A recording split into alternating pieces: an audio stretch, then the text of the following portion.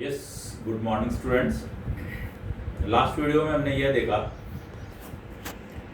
कि किसी भी अंक का समंक होना किस प्रकार से निर्धारित होता है। उसके लिए मैंने आपसे कहा था सजातीयता, तुल्यता और अंकगणितीय रूप में प्रदर्शन होना आवश्यक है। तीनों जो विशेषताएं शामिल रूप से आती है तभी हम उसे क्या कह सकते हैं, समंक कह सकते हैं। आज हम जाने कि सांख्यिकी की प्रकृति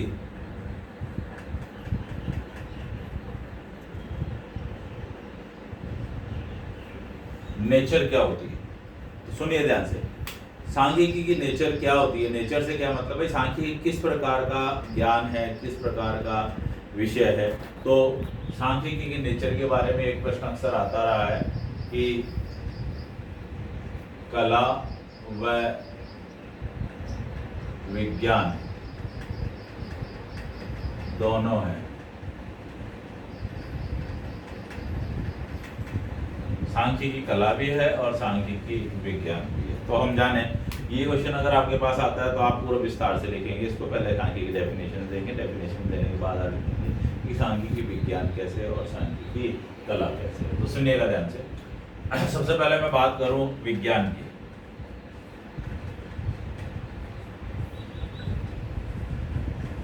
ज्ञान का क्रमबद्ध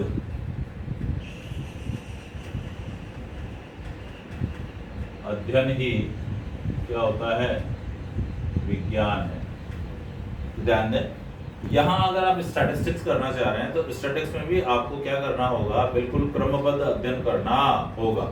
यानी आपका जो अध्ययन होगा वो सिस्टमैटिक चलेगा, स्टेप बाय स्टेप चलेगा। कुछ और विशेषताएं अगर हम देखें कि कौन सी स्टैटिक्स में जो विज्ञान में होती है, तो नंबर 1 जो है वह आएगा क्रमबद्ध अध्ययन।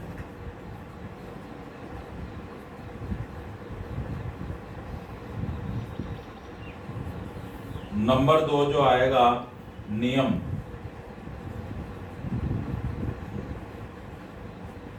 अखंड है और सामान्य रूप से उपयोग किए जाते हैं। यानी सांख्यिकी के नियम भी विज्ञान की तरह क्या है, अखंड है, यानी बिना टूटे हैं। और इसी तरह से सामान्य रूप से कोई भी सांख्यिकी का यूज करेगा तो वह क्या करेगा, उन्हीं नियमों का पालन करता हुआ आगे बढ़ेगा। तो इसलिए क्रमबद्ध अध्ययन होना, नियम अखंड होना और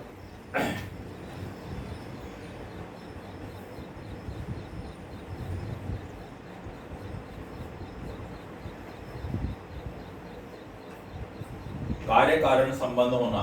सांख्यिकी में भी कार्य कारण का संबंध होता है। किसी भी कार्य को हम क्यों करते हैं, उसका कारण इसके अंदर जब होता है तभी हम उसकी क्या करते हैं, स्टैटिस्टिक्स करते हैं। किस कारण से हम किसी कार्य को कर रहे हैं, तो वह कार्य कारण संबंध भी जो है इसको विज्ञान होने में सहायता करता है। और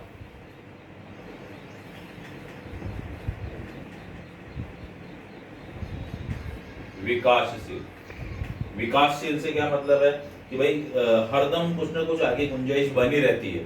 हरदम कोई ना कोई गुंजाइश बनी रहती है सांख्यिकी में कि भाई और आगे कार्य करके हम उसे क्या करें, और बेहतर बनाने का प्रयास करें। जैसे विज्ञान में भी ऐसा ही होता है कि आप और आगे रिसर्च करके इसको बेहतर बना सकते हैं। और इसके साथ ही साथ है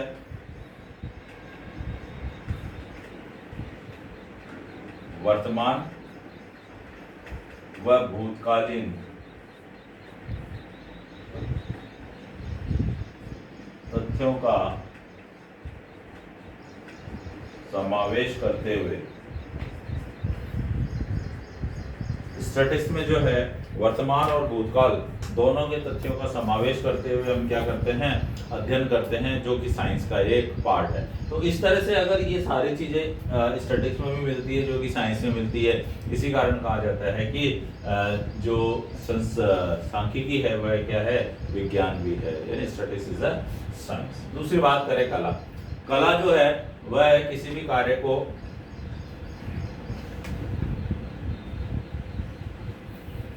ध्यान देंगे, यदि किसी कार्य करने के लिए, किसी कार्य को करने हेतु विशेष ज्ञान की आवश्यकता हो तो वह कला है। यानी आपको क्या होना पड़ता है, पारंगत होना पड़ता है किसी कार्य में, और वही कला कहलाती है। जहां आप पारंगत है उसी को क्या कहा जाएगा, कला कहा जाएगा, आर्ट कहा जाएगा।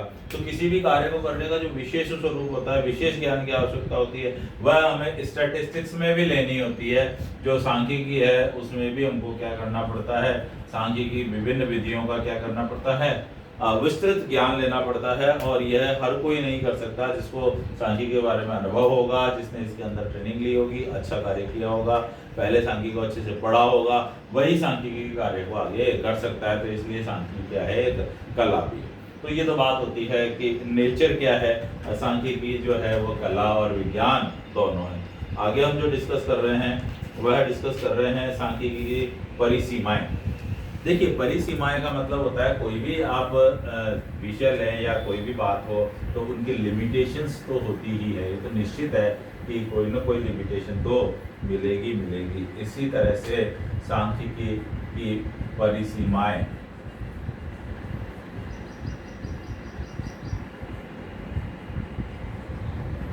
लिमिटेशंस, क्या क्या लिमिटेशंस है सांख्यिकी की, क्यों क्यों सांख्यिकी थोड़ी खराब है। खराब का मतलब अच्छे